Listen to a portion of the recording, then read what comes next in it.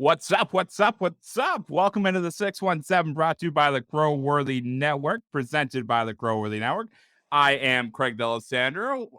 This is the luckily this is the stream version. So if I messed anything up, I can fix it in the pod later. But welcome into the 617, brought to you by the Grow-Worthy Network, the voice of the Boston fans by the Boston fans, here on a rainy Monday in the 617.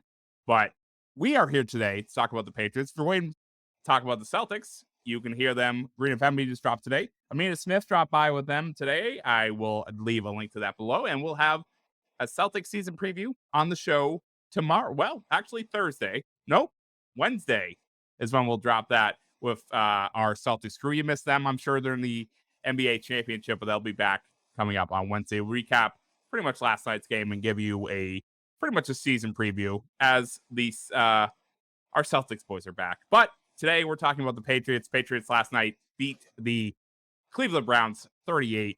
And to help me talk about that today, who I have taken out of his corner, I'm going to welcome in Joe Malkin. Hello, Joe. Hello, Craig. How are you doing? Your timeline there on when the shows will be coming out and when the Celtics game is relative to when this comes out, it was not impeccable. Thank you. You're welcome. No, but no, yes, it's very confusing when you're in this podcast world, and you should be listening to us on a Tuesday because that's when this comes out. So that's right. Yeah, the Celtics play Tuesday night, and then they'll talk about it Wednesday morning. It's going to be great. Those guys are awesome. I love getting on the Celtics show with those guys. They're just so much fun. They are. I love when we can just unleash Dave on a Celtics show. That's just when he's in his absolute alpha prime. Oh, that's that's his best form. Yeah, and it really gets confusing now because it's going to be a lot this season. I've learned this because I work at a radio station where we carry both the Bruins and the Celtics. So sometimes they play the same day, and I just get confused because one will be on the road, one will be at home, and I just get confused. I do that in my job all the time. Yeah. It's just sometimes they play another school that looks the same, and you just call in the wrong. It happens, man. It's the way life goes. New England Patriots beat the Cleveland Browns yesterday by a final score of 38-15. I don't think the game was necessarily as big of a blowout as it looked, but the Patriots now 3-3, back to 500. They're mediocre again. Isn't it great? I think they're better than mediocre, but we'll touch on that. I'll tell you what, yesterday was a convincing win. It was a good win for this Patriots team, which, they got a lot of old guys on the team, the McCourties, and I guess, I don't know if Judon can be considered old yet. He's still on the right side of 30, right? I don't even think he's 30 yet. No, that's what I mean. So, and Ramondre Stevenson running wild on the Cleveland defense. I mean, that Cleveland team is also mediocre. So when you really put them up against each other, it was a good win for the Patriots. I think it was as convincing as the score showed. Okay. I think they were able to work on a lot of things in that second half. The first half was a little rough, actually. It was nice to see that first drive after they intercepted Brissett on the second pass to come down the field, and then instead of doing what every other team in the league has done and go for it on 4th and goal at the 1, they kicked the field goal and took the points. They went back to basics, and that's going to be a theme of my narrative here with this team. I'm happy you brought up that the Cleveland team isn't necessarily a good team. And basically, this is what we talked about, especially in the preseason when we talked to Karen Garrigan from the Boston Herald, is they're going to have a tough stretch at the beginning of the season where the first 3 weeks are facing some pretty tough competition, be it that the Steelers were in there too. But after that, I'm not saying a cupcake, but it's pretty easy schedule after that. You had starting with, I guess, last week, the Lions, this week, the Browns, next week, Monday Night Football, the Bears. Then the Jets a couple of times will face the Indy there as well. So are we? Oh, I forgot Green Bay was in there too. Can't forget about Green Bay. Especially after their loss to the Jets. Can't forget about Green Bay. So are we putting qualifiers on these wins? It seems like that's what they were doing last week against the Lions. A lot of people were putting it, well, the team looked good, but it was against the Lions. And now it's this week, the Patriots look good, but it was against the Browns.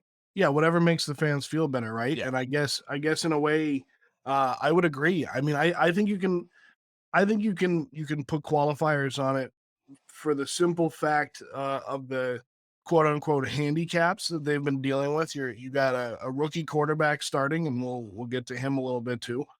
You have a rookie offensive play caller. I won't call him an offensive coordinator because they haven't listed him that way. So I guess I've come to terms with that. Yeah. They've got a rookie assistant play caller in Joe Judge. So yeah, you got to put qualifiers on it because it's still an NFL game. It's still a football game at the highest level. And I think maybe if Zappe, and nothing against Brian Hoyer because I like Brian Hoyer, but I think if the Patriots had prepared for Bailey Zappe to start the entire game against Green Bay, I think they could have won that one too, and they'd be 4-2. So I mean, it's just interesting because now thinking about Green Bay, I'm thinking about Aaron Rodgers imploding, and then how Tom Brady imploded, and it's like the old guard is just falling. It's like watching the Death Star crumble. I still feel like that was a missed opportunity in Green Bay. I felt like that was a very winnable game, even going into, because remember, you took them into overtime, and I think Green Bay won the toss, but you still had the chance. They were in that game with Green Bay the entire way. Turns out everybody's been in the game with Green Bay this entire season so far. Yeah, but I do want to say, and I know this is a Patriots show, and then that's where we're going to keep it. But Yeah, I it's do fine. want to say that as of right now, I am right about the New York Jets. Just Okay. throwing that out there. They're a much better team. I think that could be a trap game for the Patriots because we're going to see what they do against the Bears this week. But yeah, they definitely could have had that game against Green Bay. Green Bay's struggled. I mean, they got rid of their top two receivers. And another thing that makes it a qualifier this week, because they had a pretty good day against Green Bay, and they had a good day against Detroit too in the run game on defense. I mean, that again, that Cleveland team isn't good, but they No. have the best rush offense in the NFL. Yep. I mean, Nick Chubb isn't anything to scoff at. That kid can run. And one thing that Cleveland has always put in front of their quarterbacks and their running backs is a good offensive line. I mean, Yeah. one of the best offensive linemen of all time, Joe Thomas, played for them for 13 years. I don't know why he never left to go. I guess he wasn't ring chasing and he just wanted the money and wanted to play football. Yeah. And maybe he's one of the few that likes it in Cleveland, the mistake by the lake. But no, it was a good game. It's definitely, it allowed some of the kids to get some valued experience, and that's a good thing in a league where you only play 17 games. I mean, hell, it's why in college football they're now allowing true freshmen to play 4 games and still be redshirted because you don't get a lot of games in football. Yeah, I mean, in an NFL, in a college season, they play 12 games. So you're looking at 48 career games, and if you get that extra year, now you're looking at, close to 60 because you can get those 4 games plus that redshirt year. So, I mean, yeah, this was great. This was such a good win. It was nice to see some of the kids be able to gel together, and it was also great to see the defense play as well as they did. I'm happy. Well, to basically set the table of how we're going to go with this today, we're going to talk about the Browns matchup, talk about that exciting win, Patriots back to 500. Joe actually started this conversation. We're going to talk about the young players now for the Patriots coming in there and just really having a great day versus the Browns. All the kids had a great day versus the Browns. Even some of the, I think some of the undrafted rookies had a good day yesterday too.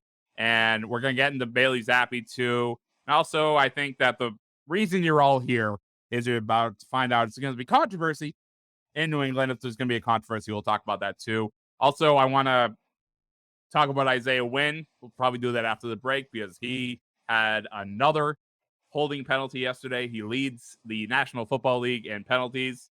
And what else did I have here on my little list?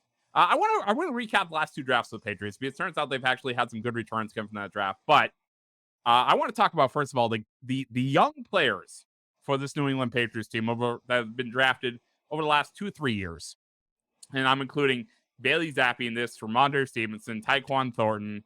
Let's see, who else? Jacoby Myers, Kyle Duggar. Though. He's still pretty. Who Duggar? Myers. Yeah, and I think he was undrafted too. Yep. But the kids had a day yesterday. Ramondre Stevenson, I put it out on Twitter. I thought he was going to have 200 yards yesterday because I just looked at these Browns games the last couple of weeks, and their run offense was putrid. They actually did a pretty good job holding Ramondre Stevenson. He had that great rush that great rush where he just powered through them. I think sometime after halftime or right before it. But Ramondre looked great. Tyquan Thornton looked great when he was out there. We saw the flashes that we saw in the preseason with him. Then he had that end around in the fourth quarter and the third quarter. It just that pretty much iced the game. I thought the kids, and even some of the other guys, Pierre Strong was in there, Kevin Harris, who the Patriots really like, was in there as well. And of course, Bailey Zappe, of course, had a great game yesterday. And even the Patriots offensive lineman, I won't let him go unmentioned here. Cole Strange is having a phenomenal season. I don't care what anybody Yeah, says. he looks better after the first 2 weeks. Yeah, and uh, the offensive line looked good, even though defensive line looked good, even though they got messed up a bunch too. But talk to me about these young guys who are having just a really, I think it's pretty much synonymous at this point. The Patriots struggled out of the gate this year, the first 2.5 games, 3 games. But I forgot to mention the Ravens game too. But anyway, talk to me about these young kids. I think we might be starting to see a shift where I think we saw this in the 2000s. It's just so funny how quickly we forget the journey, but how much we remember the titles, the rings, Yeah, the wins. Because when the Patriots have gone through a couple of rebuilds during, and I say that softly in quotes, rebuilds, bridge years, during the reign of Brady here in New England, where they had to go through the draft, bring guys in. When they drafted Julian Edelman, brought in Randy Moss, brought in Wes Welker, but a little bit before that. So there's definitely been some periods where the Patriots have had to rebuild the roster.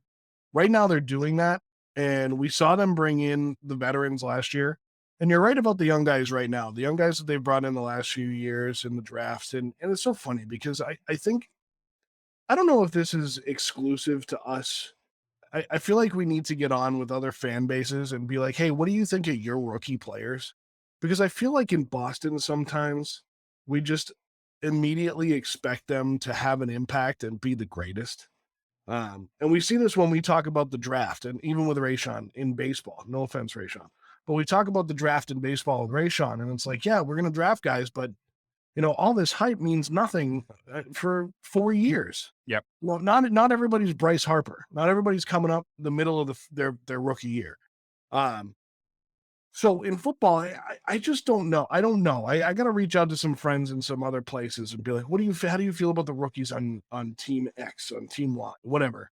Because I feel like sometimes the fans here are like, well, they got to be great. They were drafted in this position, so they got to be effective immediately. And it's like, that's not true. And Cole Strange has a bad preseason, and then he comes out and, struggled the first 2 weeks. I'm starting to think, based on what I've seen the last 2 weeks, that Bill may have lived by the mantra of the first 4 weeks of the season are still preseason for us. I don't know. I mean, and if he can go 500 in that span, which he did, can we, then we can start playing for real. But I think we're in a point where the young kids are being called on, whether it be Mac Jones, Bailey Zappe, Ramondre Stevenson. I mean, Rayshawn and I will tell you that Ramondre Stevenson should be the starter regardless of Damian Harris. I don't think Damian Harris has the same type of dynamic ability as Ramondre Stevenson. I think it's a good north-south runner, but that's pretty much limited. That's pretty much where his skill set is limited to. Yeah, and Stevenson can do everything and he can catch the ball. Yeah. So he kind of this is so 90s. He kind of reminds me of Terrell Davis. A little bit, yeah. In a lot of ways. Like the build is the same. And I'm not saying he's Terrell Davis. Like Terrell Davis is one of the best running backs of all time. I'm not saying Ramondre Stevenson is one of the best running backs of all time. Tyquan Thornton, nice to have him back. Good to see him being effective the moment he comes back. That is nice. He's a good route runner. He's fast and he has really good hands. He's got a head for the game. He's got really good eyes for the field. And it's just so funny to think about how the people talked about him in the preseason. Like he's got to be effective right now. And then they look at Cole Strange and they're like, well, he stinks. And it's like, well, guys, I mean, like we got to give these guys time to develop. Everybody wants things now. Yeah. And they don't want to develop these players. And you got to give them time to develop. Even if it's 4 weeks, give them 4 weeks, give them a year, give them 2 years. but I think we have a Brady syndrome in New England. I think we will for a while until the what is it? I guess the 18 to 54 males are no longer Patriots fans anymore, and some of these younger kids grow up without Tom Brady. But I love what these young kids are doing. To stop my ramble and come back, I think they've all been playing well. I love Kyle Duggar. I love Jack Jones. I think they're both playing really well. And I think we're seeing, I don't want to call it like a renaissance or anything, because they've won 2 games in a row. They've played 3 really nice games in a row. They're going to come back against the Bears. So there's a lot of football to play. I said it to Mike in the Discord today. There's a lot of football left to play. So we're gonna see what we're gonna see. We just have to give it time. Going back on, speaking of Discord, I actually have a lot of points to make here in just a second, which is uncommon for me. But going back to what you just said there about the Discord, are you starting to go back on your Bill Loss's fastball take? I'm gonna take Mike's advice here. I'm not gonna abandon it. Famous last words. Yeah, for those of you that may or may not have heard it that are listening, I've said the last few weeks, and I've been pretty upset about it. I'm still not happy about this team yet, because there's still a lot of things, including this so-called quarterback controversy. Craig is going to start if it hasn't been started already. No, it's definitely been started. Oh yeah, it wasn't by me for one. No, it wasn't by you. I'm not going back on it. I'm not abandoning it. I think Bill may have lost his fastball. But what I've seen out of him and the coaching staff these last 2 weeks, and the way they've game planned, regardless of who the teams are, again, I don't know. I thought Kevin Stefanski was a good coach. I think I can't think of the owner's name right now. But I think they've screwed him a little bit in Cleveland. I think they had a good thing going with Baker Mayfield. I really do. I think if you can build around Baker, you can make something happen. You can't just plug a guy like that in, like they've tried to do in Carolina, which now they're down to McCaffrey. Yeah, right. Yeah, he's going to be quarterback at this point. Yeah, he'd probably be safer than be injured less. No, I'm not going back on it, but I did say that he's lost his fastball. I do think that is still a part of it, but what I've seen in the last 2 weeks is very encouraging. As long as they stick with it, regardless of who is calling, regardless of who's under center. Yeah. So the player that I would say I was most impressed about, and it's based on one play yesterday, and I'm excluding Bailey Zappe from this conversation because we're gonna get into him, of course, with the we get last. Yeah, we are. So Tyquan Thornton yesterday, he had that. He only played 2 snaps. So Kendrick Bourne actually started this game. He went down with an injury. It looks like it's a turf toe. Might miss a couple of weeks. So Tyquan Thornton came in and replaced him. He'll play. So Tyquan Thornton came in and replaced him, played over 40 snaps. And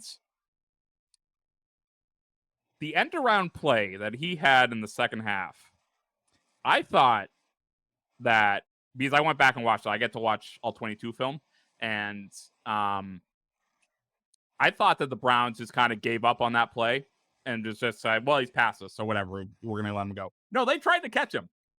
He's just so fast. They couldn't. He's just so fast. And I think that the fact that Nelson Aguilar missed another game yesterday, I think that Nelson Aguilar wasn't active yet. And I'm going to go back and look. But he didn't play. But I think that Nelson Aguilar is brought in here as a speed guy. And now they have a speed guy who's young, controllable, borderline healthy, can catch the ball. And I think that they can do so much fun things with Tyquan Thornton that Nelson Aguilar can't just do. That I think you're going to see his snaps go down tremendously after this, assuming he ever plays again. Well, it's interesting if you say that, because I did look it up like 3 minutes ago. The trade deadline in the NFL is in 15 days, November 1st at 4 p.m. I could see the Patriots making some kind of a move, whether that's moving Aguilar. I don't know if baby Patricia has gotten over his beef with Kendrick Bourne, because Kendrick Bourne is probably the best offensive weapon you have outside of, Ramondre Stevenson. You still think that, huh? Oh, absolutely. Okay. Kendrick Bourne is extremely dynamic. He is Debo Samuel light. And sorry, Kendrick, if you ever listen to the show and you hear that, I mean that with all due respect. You've played with Debo. The guy is so dynamic. I think Kendrick Bourne is very dynamic. I think he can do a lot of things on the field. And I think part of the reason why people don't necessarily have a higher uh, outlook on him is because he's not getting those snaps, because he's Right. not being used correctly, because he's not being used the way that Shanahan used him in San Francisco. This is the problem that I have with them wanting to implement a Shanahan style offense. They don't want to use the guy they got from Shanahan. Right. So it blows, some of these things that they want to do blow my mind, and that's why I'm still not giving him back his fastball yet. Or any of them for that matter. Yeah, I think Kendrick Bourne is the best offensive weapon on that offense when he's on the field. I think Tyquan Thornton is up there. He's a rookie. He's young. I think Ramondre Stevenson is there as a running back. I think he understands what he's supposed to do. I think that's I say this lightly, an easier position to grasp than wide receiver. Sure. Yeah. Even the tight ends played good yesterday. The tight ends played well. Do you think, a question for you, do you think that there's too many viable weapons and that's why they're having a problem getting these guys the ball and working them into the plays? I don't think that. I still think every offensive problem that they have is the fact that they gave the playbook to Matt Patricia and Joe Judge and said, figure it out. But they're running a similar style offense these last 2 weeks with Bailey Zappe. They changed it, yeah. They're running a very similar offense to what they used to run with the guy that now plays in Tampa. I want to stop saying his name because I'm not trying to compare, but that's the style of offense that they're running again. Yeah. And I feel like, they go out, they get Aguilar, they get Bourne, they bring in Jonnu Smith, they bring in Hunter Henry. Now they have Tyquan Thornton. They have, they still have Jacoby Myers. They have Damian Harris. I know he's hurt. He's still in the backfield. They have Ramondre Stevenson in the backfield. It's like all of these guys and all of these weapons. And yeah, sure, there was a time where they had Edelman and Gronkowski and Welker, that those two did overlap. And then, they had Hernandez, they had all those weapons. They found a way to work them all in. So why is that so difficult now? It's easy. This is what a Bill Belichick style team, not an offense, because I don't know how much he actually does. I mean, he's a head coach, so he probably has a style of offense that he wants to run. Yeah. But they could work it in then. Spread the ball around. This is why I never pick any Patriots in fantasy football, because they spread the ball around right. too much. Yeah. Unless you can pick their running backs, but yeah, you can. So it's funny you mentioned that, because I do think that sometimes too much talent on a team can be a problem.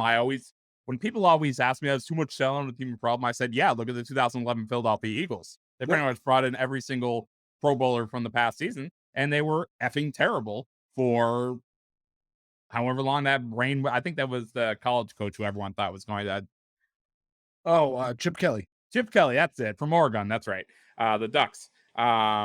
And they were lauded during the preseason. They were like, "Yep, Super Bowl, it's already over. Just give it to the Eagles." And they were awful for like 3 years. And sometimes I think that's the problem with the Patriots. I'm not sure. I like to think that as a New England team, we're immune to that kind of thing, but maybe we're not, and hopefully we're not. That means it just means we're human. But I do think I was surprised last year when first of all, I was surprised they signed Jonnu Smith. I was surprised even more that they signed Hunter Henry. I thought they might sign one of those two. To be perfectly honest, before Jonnu Smith signed with the Patriots last year, I didn't even know who he was down in Tennessee. But last year there wasn't a lot of talent, and then they added a lot of talent this offseason at wide receiver with Devontae Parker, Nelson Aguilar, who was here last year as well. Kendrick Bourne is still here.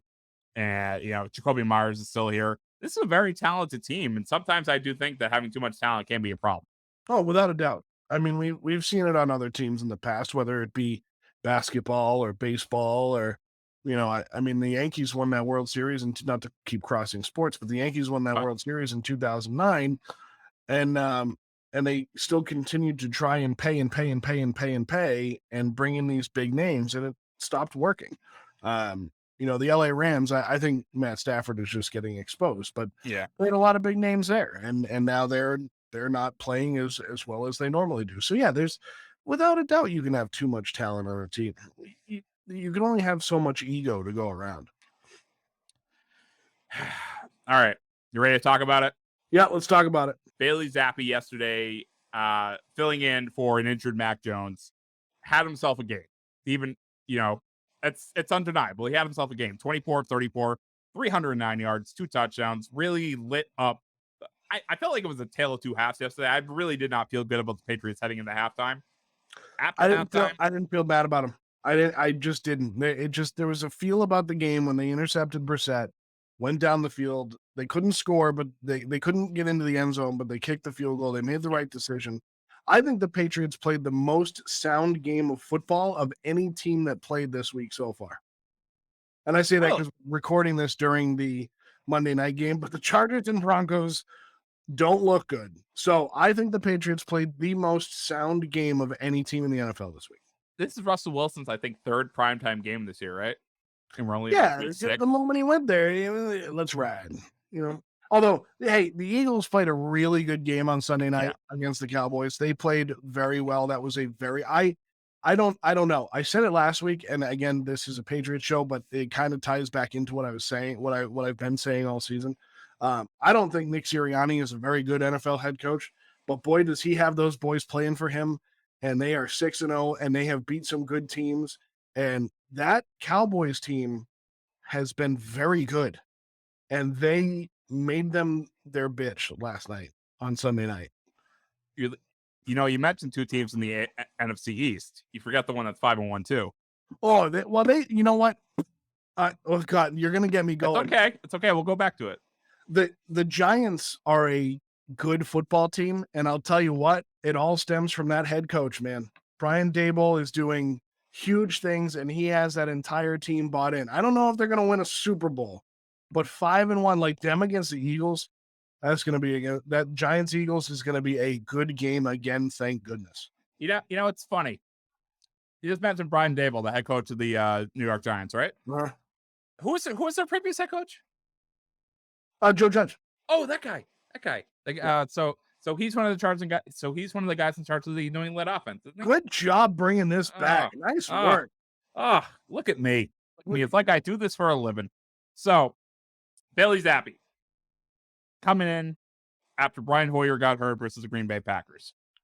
I feel he's done pretty good. I feel like that's undeniable. I feel like it's done very well. So, obviously, ask me the question. Okay, you want to talk about it now? Yep, ask me the question. Is there quarterback controversy in New England? Almost. Oh, almost. I thought you were picking a side. And I'll tell you why. Bill Belichick is going to have to make a decision this week on who starts against the Chicago Bears. The only way that I will believe that he chose Bailey Zappe over Mac Jones is if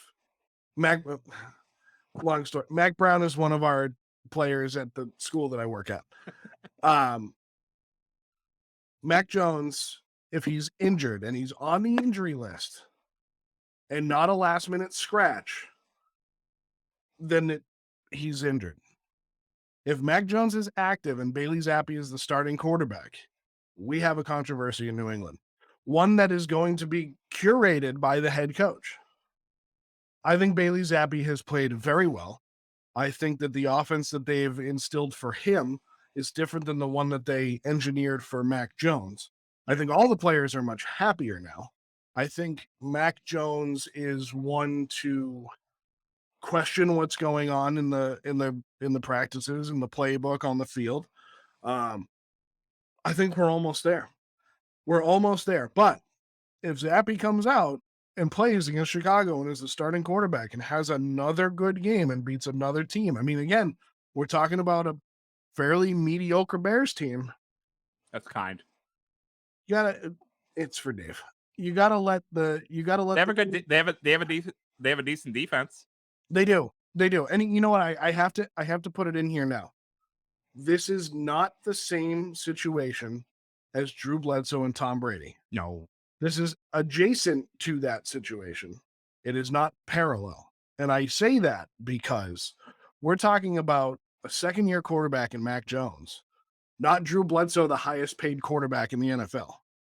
we're talking about a few week injury that Mac Jones should be able to come back from, and we just so happen to have a really good rookie backup in New England, which is a good problem to have because you're not paying either one of them very much money right No. now. Mac, I think, makes about $5 million. I bet Bailey Zappe makes about 400,000, something like that. Yeah, I mean, a fourth round rookie deal. Yeah, he's not making money. But we're close to a quarterback controversy, and you know what? I'm not going to pick a side because we don't have enough. We have a rookie quarterback from last year that went 10-7. He was managed with kid gloves in Mac Jones. But that's also interesting because now we have Bailey Zappe, who was drafted 137th overall in the 4th round of the 2022 draft. And they put him out there, and last week it was pretty conservative. But this week, that back shoulder throw that he made on Sunday to Devontae Parker, oh my God. My wife and I were out for our anniversary. I almost yelled in the dining room. I was too. You were out for our anniversary? Well, I was out for my anniversary. We went to Ken's Steakhouse, not a sponsor. Incredible food. I went to the Melting Pot out in Burlington. Oh yeah, not a sponsor. Well, they can. Could be. Both of them could be sponsors if they want to. I love Ken's dressing. Oh well, you can get that anywhere. That's true. If you have the budget and you like fondue, recommend. What are we looking at for a price point? So if you get the fondue and you get the set, and I went into a dead set. We're gonna get an entree, a fondue sampler. I can't believe we're talking about this right now. It's a good break in the action. A salad, and then like a chocolate fondue course. Yeah. If you got the appetizer and you got it like as a set, yeah, that's gonna save you about $120. That's not bad. I mean, we went to Ken's Steakhouse, and between the two of us, between wine, beer, a couple of steaks, and an appetizer, it was about $100. Yeah. It's your anniversary. I say spend the money on it. Well, we also had a gift card from my father-in-law. So, but besides the point, if we probably would have gone to Hibachi if we didn't go there. But anyway, all right. Speaking of making choices between restaurants, let's make a choice between a quarterback. Craig, tell me what you think. Do you think we have a quarterback controversy, and are you picking a side? I don't think we have a quarterback controversy. I still think that yet or at all. You pretty much said it all there in the last couple of minutes. It really depends. I think if Mac Jones is healthy, he plays. I think that he's come back a lot in the last 3 weeks. That first week after the injury, after the Ravens, when they were heading into Green Bay, he practiced on Friday. Didn't look great, so we pretty much knew he wasn't going to be there. Actually, they ruled him out that Friday, so it really didn't matter. Then he practices the next week, heading into the matchup versus the Lions. People thought maybe there's a chance, but he was wrapped up. He's put in kid gloves. I don't think anyone really thought he was going to play, but there was a chance. Then this week, he practices again. They had that storm last week, so they practiced inside. He was still limping, but they took off the tape. He was in, more importantly, he was in his regular practice gear getup that knee brace usually wears. He was taped up. It looked like he was ready to go. So it looks like they're gearing up for him to come back. And I still think that this is Mac Jones' team when he comes back. And when he does come back, assuming he comes back, I'm assuming he is versus the Bears, but let's say he's not. I forget that you pointed out to the Bears, but that's a problem for future Craig. I think that he starts. I think that this all came down to the fact that Brian Hoyer got a concussion. If Brian Hoyer didn't get a concussion, he was starting that game against Green Bay. He was starting that game last week. He was starting that game last week against the Lions. He was starting last week again. He was starting yesterday against the Browns. It all came down to that concussion. And then Bailey Zappe came in, and he had really, really good showing. He had a decent showing against Green Bay. Wasn't supposed to be put in that position. He had some time to prep versus Detroit. The Lions, and he did pretty well. Then he came out in gangbusters this week. But I still think that they decided last year, they put in a big investment in Mac Jones. He's a first-round pick. He's got whether people like it or not, unless they trade him, which I doubt they would, he's going to be here for a minimum of 2 more years after this year. And then they're going to pick an option for his 5th because you don't get quarterbacks that cheap unless they trade him, which I doubt they will. So I still think that they're invested in Mac and this team, and I think that Mac can do everything Zappe can do. And They I'm even just look the same. they do look the same. That was a big comparison Mhm. when they started last week. They put Mac Jones's picture over here, and then they put Bailey Zappe's picture over here. I was like, tell me the difference. I couldn't tell the difference because The they look same so much picture alike. as Pam It's Beasley would I say. was about to say the office quote. Mhm. But I think that Mac Jones could do everything that Bailey Zappe did and a little bit more because I saw him in Alabama his year 2 years ago in that that college football championship season for Alabama when he had Jalen Waddle and Devontae Smith on his team. I just want them, whatever they do. I'm assuming Mac comes back this week against the Bears. Use the offense you've been using the last 2 weeks. Thank you. I was just gonna say that was gonna be my next point. Yeah, I think it's I don't clear know that why they're trying to run this crazy throw it up 50-50 ball. I was listening to another radio show and someone Patricia got a called toy in. Devontae Parker. I know, but I was listening to another radio show and somebody called in and they were like, Zappe can't do it. He doesn't throw up the same 50-50 balls that Mac does. And the host was like, you want him to throw up more balls that can get intercepted? Like, what kind of a defense is that?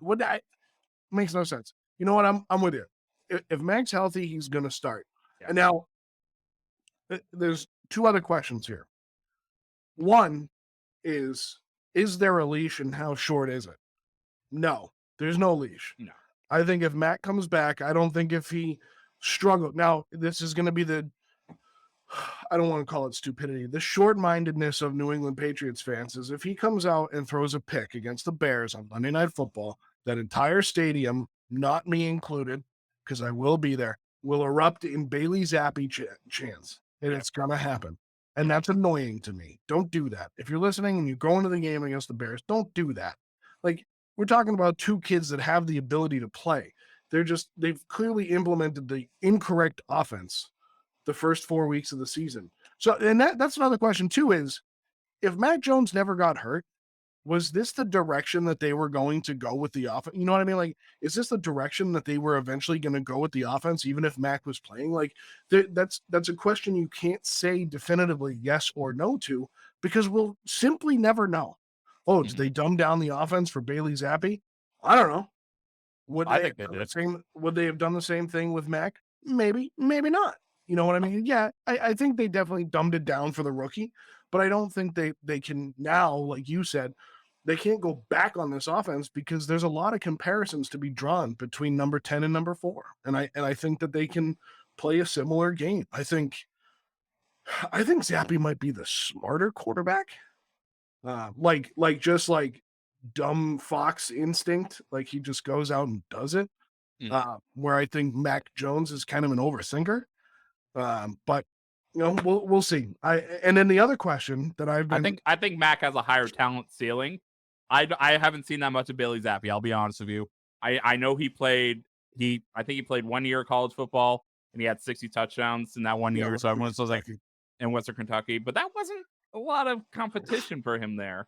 And that was a big knock on him coming out of. Sometimes it is better, but I think that Mac Jones is more talented. I'm not necessarily saying, in Madden, I'm not sure his knowledge rating is as high as Bailey Zappe is going to be, but I think that as far as talent goes, I think his arm is better. He's taller, which is help. Bailey Zappe's like 5'11". That's really not ideal. Yeah, he's definitely the better athlete. Yeah. But you know what? That's the interesting thing here, because we've seen quarterbacks come to New England that have been athletes and they haven't succeeded. Cam Newton? Sure. I mean, Cam Newton, we've seen it in the past with some guy. I mean, there's a lot of gray area there with Brady, but Brady's not athletic. You know what I mean? Like, yeah, sure, he's an athlete. He's created himself an athletic brand, right? But he is a quarterback first.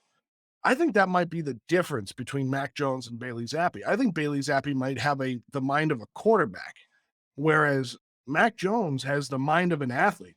I mean, the dude, to use the reference or the saying twice in one show, nothing to scoff at. The dude went to Alabama. It's not like Nick Saban doesn't go after chumps. He doesn't recruit like dummies to come along. I mean, he doesn't regularly push out Heisman winners like any other conference out there. Right, exactly. He brings in dudes. And so to me, Mac Jones is a dude. Now, that doesn't always translate to the NFL. We've seen that a million times, especially with SEC quarterbacks. I mean, Jalen Hurts is probably the best quarterback to come out of the SEC in when Jake Fromm came out of Georgia. Who else came out of Georgia? Somebody can prove me wrong. Somebody, but Jalen Hurts is a damn good quarterback. He is he made me eat my words. But again, Mac Brown is probably the starting Did it again. when it's healthy. What did I do? Mac Brown. I did it again. I keep doing it. I tell him all the time when I talk to Mac Brown. I tell him all the time. I mix him up when I start talking about Mac Jones. I got Buccaneer football on the brain. Do you do that for Malcolm Jones too? No. Oh. Nope. But anyway, Mac Jones is likely going to come back and be the starter for this football team. I don't think he has a leash, but I am going to ask the other question that one of our mutual friends has annoyingly asked me probably every other day for the last 3 weeks. What if Mac comes out and throws 3 interceptions in the first half? Does that mean that Zappe's going to take over? What if he has a bad game after Zappe went 2-1? Brian. Oh, yeah. Does that mean that Zappe is the starting quarterback? And then yesterday you sent me zap gifts when he's throwing touchdowns. It's hilarious. It's great. The banter's fun, but no, there could be a quarterback controversy here, but Mac Jones can silence that by coming back and balling out. And the thing is, going back to where we started with this whole thing, I think in the middle of it where we started this whole thing, this is a new playbook. It's a new offensive playbook right now that I think that, I don't know what this is the first time I'm going to say it. I don't know what the fuck Matt Patricia and Joe Judge were doing the first couple weeks of the season. It wasn't them. It wasn't them implementing it. It's Bill going over it with them. Like he's teaching a toddler how to walk. Because I watched a lot of Patriots in my day. I watched Patriots last year. I watched Patriots during the Cam Newton year. Still looked like Patriots football. They ran the same playbooks. I saw the first couple of weeks. I saw the preseason games. No. Oh God, they're hardly in a shotgun. He was under center. It was a lot of RPO passes, a lot of RPO. They were play action. That's the word I'm looking for. I am stupid. I am stupid tonight. You're not stupid. They were running a Cam Newton style offense without a good Cam Newton and having a Mac Jones instead. Mac Jones can't run that offense. That's just not the offense he can run. He can run the offense that's been run the last 3 weeks. And I too hope that that's what they stick with, because the guys, the boys are playing and the boys are having fun. Yep. And the defense is flying around, and it's good to see them having fun again. And I hope that continues, because I still think Bill has lost his fastball. I still think they made a bad decision making Matt Patricia effectively the OC. But let me ask you this question, because this is an interesting thing. First question: do you think Mac Jones was a Bill Belichick draft pick? I think if given the choice so they had to take him at 15 because all the quarterbacks were taken at that point. If you there had been 4 other quarterbacks taken. Right. If you had given me if you had given Bill the choice, just lay the cards down on the table, could have taken Trevor Lawrence, Trey Lance, Justin Fields, I forget the other one, or Mac Jones. I think it would have went Trevor Lawrence probably, or maybe Justin Fields. All right, but sitting at 15. Yeah. Sitting at 15. Do you think that there was pressure from above to take the quarterback at 15? I think there was pressure from management, aka Robert Kraft, to step in and not have a Cam Newton season over again. I think they knew. I think Robert knew that if they didn't get in and get an established quarterback, that this franchise is going to go downhill quickly. So, not to put words in your mouth, but you don't believe that Bill Belichick and his coaching staff were the only ones that had a hand in drafting Mac Jones? No, I do believe that there was influence from above. Do you think that Bailey Zappe is a Bill Belichick draft pick? Because he was drafted in the fourth, not drafted in the first round or any earlier, I would say yes. Do you see where I'm going with this? No. Tell me. It's outlandish, and I don't believe it. I'm putting that out there as a disclaimer. But do you think that the Patriots could be making Bailey Zappe look better than Mac Jones because they didn't want Mac Jones, and they want a guy that's more like Bailey Zappe. No, I think that, with Mac Jones, you look at his tape, you look at his Alabama tape, you look at everything that happened. Excuse me.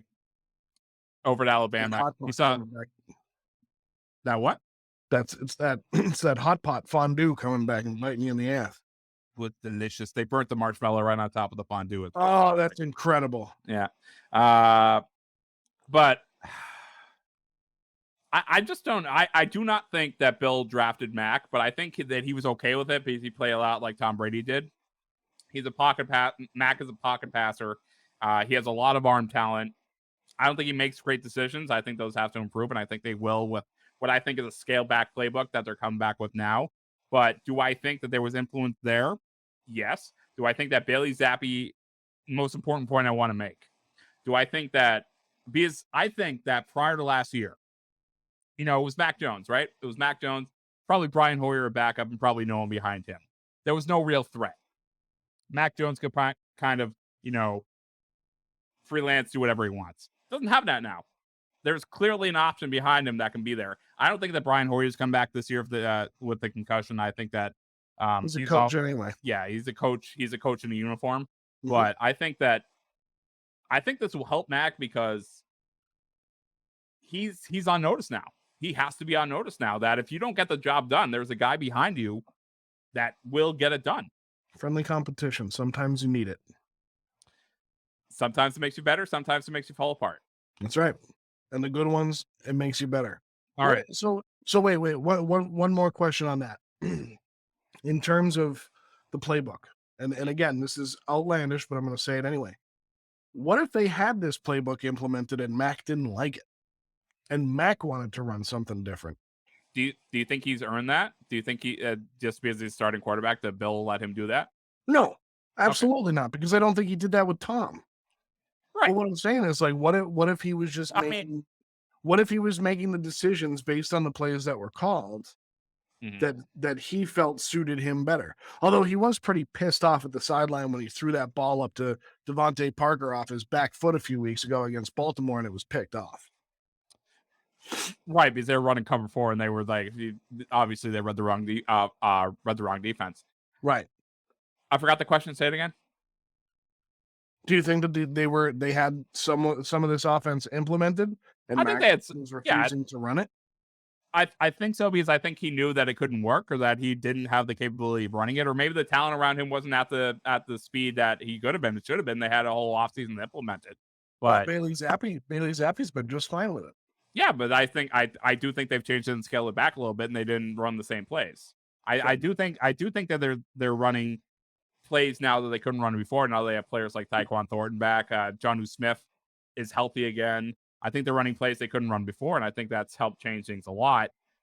But I think it's possible because Albert Breer came out with a report. He's been out with this for a couple of weeks now. That there's a serious rift between Mac Jones and the Patriots coaching staff. I think that's real. I think that exists. But I do think that winning is the ultimate medicine. And if they're able to come back and he's able to, bring the Patriots to at least back to the playoffs and having a competent offense, I think that'll go away. But I do think that there were just plays that, and in fairness to Mac Jones, I'll say this.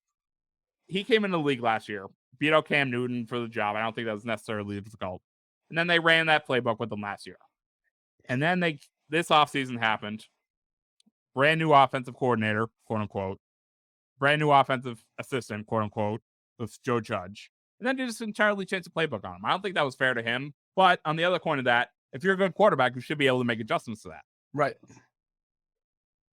But when it comes to Mac Jones, I think it's an interesting thing, right? Like 10-7, went to the playoffs, clearly a good quarterback. I mean, do you think there's a chance anywhere that the ice cube freezes in hell and he gets traded before November 1st? Mac? Could you imagine? Play the game with me for a second. Come on. I think that Bill will get a haul back, and I think that Bill loves hauls. I'm not saying no. I'm saying it very, very, very, very, very unlikely. I'm talking like 99.9999999% that is not going to happen, but that's not 100. Crazier things have happened. All right, what do we have next? All right, let's talk about Isaiah Wynn. Let's talk about Isaiah All Wynn. right, well, that was a great show tonight, Craig. Thanks I for know. having me on. I know. I'm so sorry, but he is just so bad. Dog He's poop. he's so Pro Football Focus, who we have a good relationship with. They've helped us out. We've had great interviews with Anthony Trish and Doug Hyde as well, helping us, break down what turns out he was right about the Patriots last year. They were not very, or was it 2 years ago? It doesn't matter. They were not very good that season. He thought they were not going to be good. The players they added for that, and Doug Hyde helped us break down the draft last year. No, that was last year. He said they were going to have 5 wins. They went 10-7. Okay, fine. Trish was off his rocker. To be fair, that was before they drafted Mac Jones. Cam Newton was still a quarterback at that point. That's fair.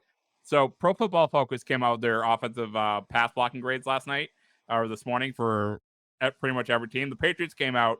The best Patriots offensive lineman was Michael Owenu, who I felt having a phenomenal season. No, yeah, he's having a great year. David Andrews, no surprise. Holt Strange came in third. Marcus Cannon, who was mostly a tight end, came in to fill Isaiah Wynn. Who came in 2 weeks ago off the waiver heap on the practice squad, and then Trent Brown had an all right game, not great. So they do a scale of this, and obviously the higher the better. So Michael Owenu had an 88.9. I don't know what these numbers mean, but they're high. I'm assuming those are good numbers. So you go from an 88.9 for Michael Owenu. Then you go down to the bottom of the list. Isaiah Wynn, 5. Not a 50, a 5. He's not good, and I don't know what this staff saw in him to keep him as the right tackle. Now, granted, they flip-flopped him and Brown, and both of them were pretty pissed off about the whole thing, and that caused a rift early in the season. And to that, I say, just quiet down and play, like, because they were, pissed off that one of them wasn't getting paid as a left tackle. The left tackle is seen as one of the most important positions on the field. Blah blah blah. We've all seen The Blind Side. I agree. I believe it. Also a really good movie. Yep. But we also don't have LT in the league anymore. It's still an important position, but the best linebacker of all time is not walking through that door. No. I think they had a reason, and Trent Brown just gets iffy no matter what team he's on. Isaiah Wynn is not a good football player. He's never been good while he's here. Never been. He's had good games. There's never been stretches where I can say, man, Isaiah Wynn had a great game that day. He's never been good. He's never been consistently good. He was drafted by the Patriots, right? First round. Even worse. And that's why I know Marcus Cannon's like 34 years old, cancer survivor. Like, the man is probably just beat up and was just looking for a job, and good for him, because I loved Marcus Cannon. I thought he was outstanding when he was here. He's got to, I don't care if it's him on one leg. He's got to be the starting right tackle. He's got to be. He has to be. They benched him yesterday. They benched Wynn. I know. I think his 7th holding of the season. Oh, it's terrible. And he had 2 in a game a couple weeks ago. He's had a couple false starts. Miles Garrett had a field day with him. Yeah. I mean, that fumble that Bailey Zappe had, where was his fault? Yeah, it was his fault. A strip sack that was purely Isaiah Wynn's fault. He was just, whoever was rushing at him. I don't know if it was Miles Bryant or somebody else, because Damian Clowney wasn't playing yesterday. It was probably Garrett. And yeah, you said Miles Bryant. I was just getting back on you about the whole name thing. Thanks. Fine. I do remember that Myles Garrett got a sack on Bailey Zappe yesterday. He got immediately injured afterwards. So maybe I'm not sure if that's the play I'm thinking of, but I remember somebody beat Isaiah Wynn yesterday and effed Bailey Zappe up, and that was a strip sack. I remember that. Yeah, but he's just not good. No, you can't have an MBTA. Actually, you could probably have an MBTA turnstile there, because they lock up a lot. Mm-hmm. But you can't have Isaiah Wynn there. He's not a good offensive lineman, and you have 2 young, viable quarterbacks that you need to protect. And I mean, we've seen what can happen in Cincinnati I mean, they've now gone 3 years without improving their offensive line to a point where they can keep one of the best young talents in the league on his feet. I mean, he's played very well and he still puts up the numbers. Got me 42 points in fantasy this weekend. What are we talking about? Joe Burrow. Oh, okay. Not in our league, in a different league. You beat me this week.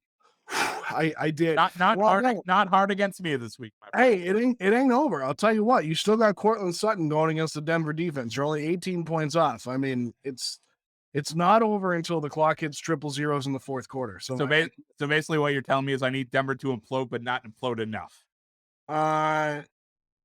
Yeah, you just need Cortland Sutton to catch like 2 30-yard touchdown passes, which he can do. He can anyway. And, Isaiah, and I'll tell you what, that quarterback of his hasn't looked terrible tonight. So, well, that's a change. He's looked average. Which is he used to be a good quarterback. I don't know. That's right. He stinks. Isaiah Wynn stinks. He stinks. Yeah. Let's just come out and say it. He needs to go. The only reason he's been here for this long is because he's still on his rookie deal. He's on his 5th year of his option rookie deal. He's the first round pick. He came with Sony Michel. So is he a free agent after this year? Yeah, he's gone after this year. So they're just going to keep him? What do you mean? I'm this time of year when I start thinking trade deadline, I get my brain goes to like baseball mode, and I'm like, oh, the trades. But like, you got to be able to go out and get something for Aguilar and maybe something for Isaiah Wynn. I mean, you're probably not going to get much, even though he was a first round pick. But knowing Bill, because he was a first round pick, it's going to take. I don't know. It's going to take something to let him go because he finally traded away what's his face to Chicago. Mikhail. Yeah. Oh, he's coming back this week. Yeah. Outstanding. Is he healthy? Qualifier. He's never healthy. Well, fair. But he did recently come off. He was put on the IR because he shockingly got hurt before the regular season. So he got put on IR and he got activated last week, and I was pretty sure he was inactive. Either way, he did not make an impact. I hope he's active and somebody blows him up. That guy. He'll be booed out of the town. Some of these guys, but Isaiah Wynn too. But it's funny you mentioned this because we're talking about 2 first-round picks for these guys, and you were right about the 20 to kind of wrap things up here. You're right about the 21 and 22 drafts. Those drafts have been very good. We all know that Bill is stubborn and isn't going to just trade away or get rid of his first-round picks, and that's Isaiah Wynn included. But what they've done so far with these past 2 years drafts, these, I mean, let's see how it goes. Let's give it another year or two. But this very well could be, one of the 2 of the better drafts for Bill. Sure, he had a couple of good ones early on and then in the middle of the run, but so, I'm encouraged by what I see with this team. Yeah. So getting back to the draft things, and we'll wrap it up with that. And stay tuned later this week. We'll have for sure a Celtics recap later this week. For sure. I'm positive on that one. On Wednesday. Yes, we'll record it tomorrow during the 76ers game. Then we'll have it out on Wednesday. But going back to the draft thing. So the Patriots last year, I believe, had picked 21 or 22. They traded down to 29, and they took Cole Strange out of Chattanooga, which everyone at that time, they loved it, by the way. They loved that they picked Cole Strange last year, or this year. They loved it. Absolutely nobody made a single complaint about that. But either way, they moved down. They hated it at the time. But so they moved down. There was other draft rooms laughing at the Patriots for taking them. The Rams were like, oh yeah, we were thinking about taking them in the 4th round.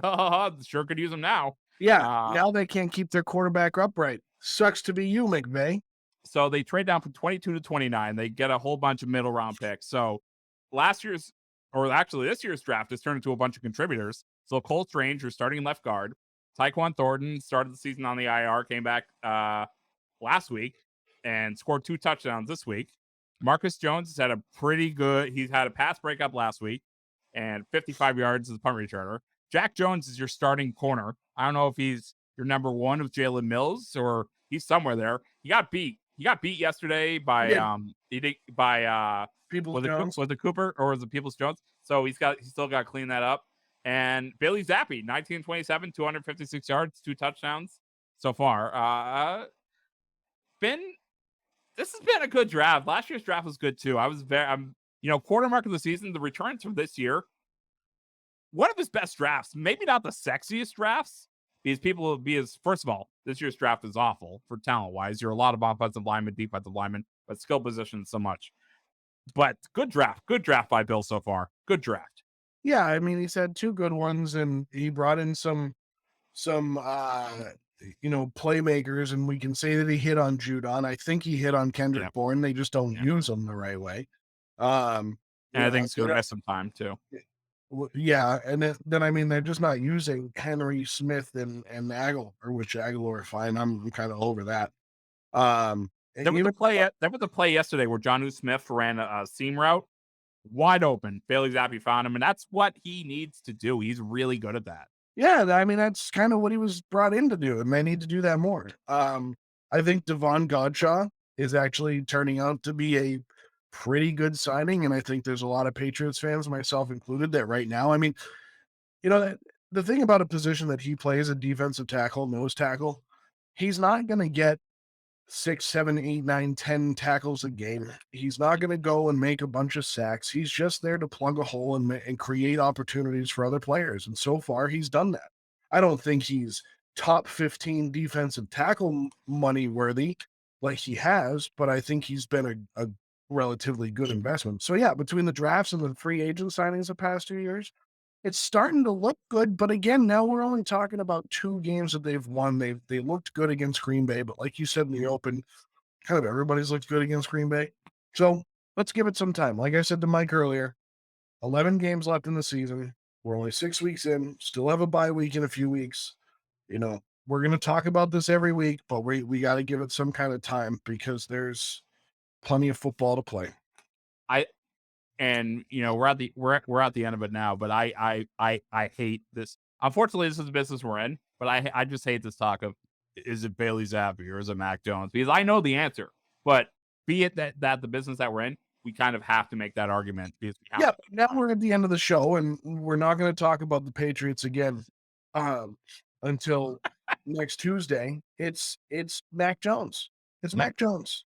If he's healthy, it's Mac Jones, and if he's not, it's Bailey Zappe. Like, let's play that game. It's one or the other, and somebody will play, and the other one won't, and they're going to play the Bears, and the sun will rise in the east and set in the west, and the Nile will run from north to south. Hey, did you see south to north? That's what I meant. So does the Amazon, but that. Before we get into a geography lesson, well, the Amazon kind of goes back to what I'm talking about. Tom Brady's ex-wife, allegedly, Robert Kraft. He got married this weekend. What was that all about? I was surprised. Apparently it wasn't. Apparently, I don't know how you tell that many people, especially big celebrity people, and then the world just finds out of nowhere how that Bill was there. Elton John was there. Sir Elton John. All the big Patriots celebrities were there. Tom Brady was there. Randy Moss was there. Drew was there. He looked better than Tom. Drew looked awesome. Drew looked great. I think Tommy's going through a couple things, and I hope that his boys showed him a good time. As much as people want to rag on Tommy and make memes out of him, it's a tough situation. I've never gone through it. I hope I never have to. It's a tough situation to go through, and it's tough for the kids.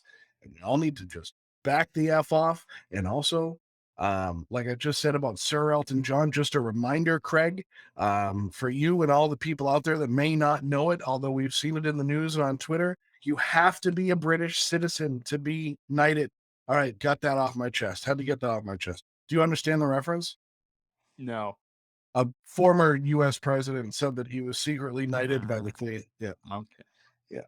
But anyway, besides the point, Kraft got married. That's great for him. I'm happy for him. He got married in Nikes. The dude, you know what? Listen, everybody always drags things out. Sure. The whole steroid era, put him in the Hall of Fame. P. Rose, somebody actually made a pretty good case, and I can't totally remember it off the top of my head right now because my mind is buzzing. But P. Rose did things, but Hall of Fame numbers, right? All right, Robert Kraft went and got a happy ending, possibly, allegedly, in Florida. Who the hell cares? The dude is cool as the other side of the pillow, walking around in his Nikes and his nice suits. Oh, kidding me? I would kill to have that much style at that age with that much money. He does have a lot of style. I'll give him that. He does. I bet you he's a maniac on the dance floor. Not to quote the Probably. You ever hear the story of when Vladimir Putin stole his Super Bowl ring? Oh yeah, Yeah, that's one of my favorites. That's my favorite story about Robert Kraft. it's pretty good. When Vladimir Putin is just like, I like this ring, keep it, and then he Mhm. just walked away. Yep. He just walked And away that's from the Super that. Bowl ring. I mean, it, uh, he makes enough money. Kraft Oh, can yeah. go get another one. That's Oh, I'm sure they made him another one. oh, without a doubt. They probably had an extra anyway. It's just the fact that there is in Moscow, Russia, right now, in a display case, there's just a Patriots Super Bowl ring that he just stole right in front of him. That's In my like favorite story. in like 300 years, when whatever happens to humanity happens, Yeah. somebody's gonna be like some paleontologist is gonna be excavating the house of Vladimir Putin and find a New England Patriots ring, and it's gonna be like this huge story. I guarantee it. Guarantee it. It's one of those lost legends of the hidden temple. It definitely is, without a doubt. All right, so way too early predictions for the Bears game. Yeah, I like the Patriots. I like the Patriots regardless of who's at quarterback. I think the Bears have been although I started them in fantasy football this week is on defense, and they got me 8 points and helped me to a win. I think their defense is not very good. I think their offense is lacking. I don't think they have a very good run game. I think David Montgomery is a good running back. I still don't think Justin Fields is there. I think they're doing him a disservice by giving him a different head coach his second year in the league. Um, I'm it's a second year quarterback and a rookie head coach at home against Bill Belichick. Don't like their chances.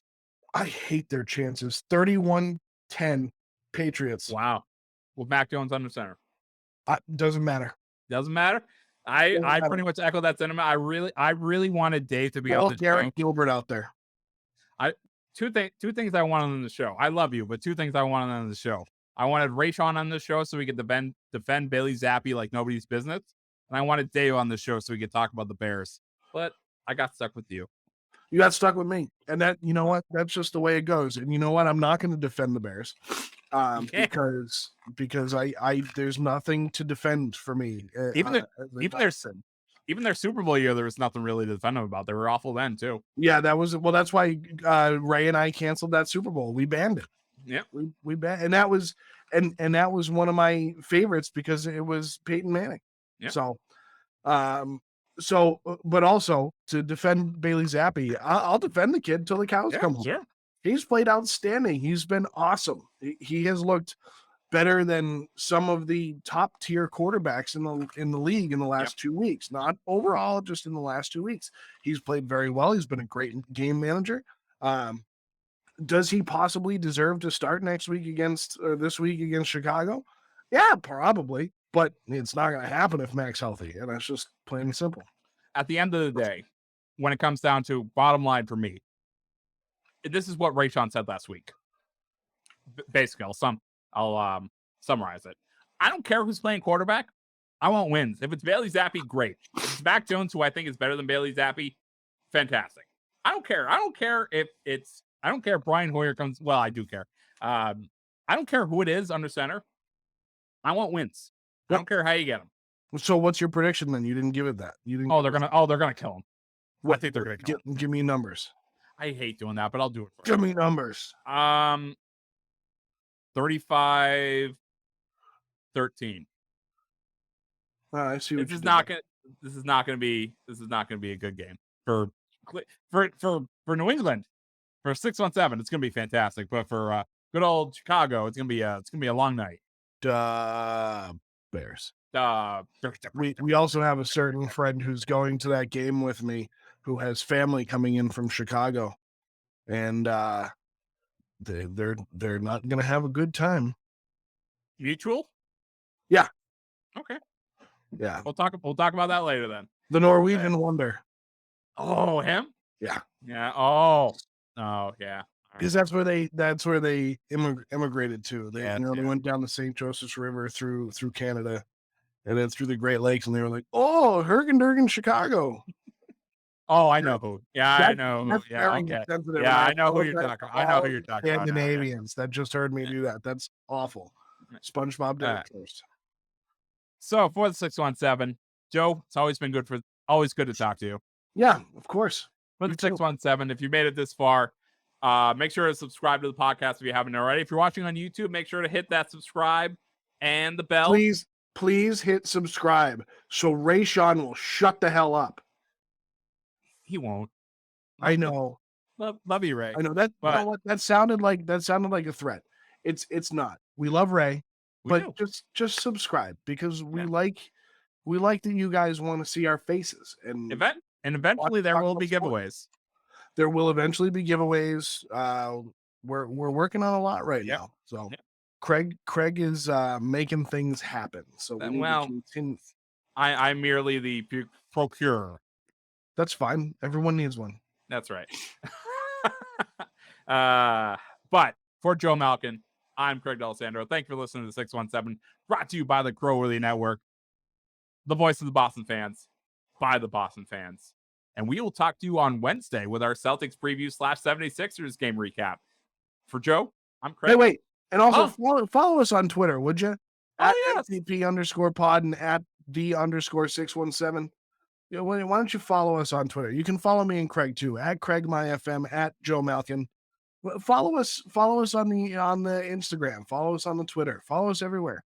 Mostly Twitter. Craig's hilarious on Twitter. I am a delight. You are a delight. Thank goodness have we taken the password away from Dave? No, not yet. Okay, he just doesn't know where the Twitter button is on his phone. I got it. That's correct. That's good. That's good. Somebody, I think Leah did her job and changed that icon so he can't find it. Follow us everywhere. Subscribe. Click the bell. Whatever else you kids do on the social medias. Sorry to interlude there, but I'm feeling it now. It's okay. Well, too bad the show's over. So for Joe Malkin, I'm Craig D'Alessandro. This has been the 617, brought to you by the Crowworthy Network, and we will talk to you very soon.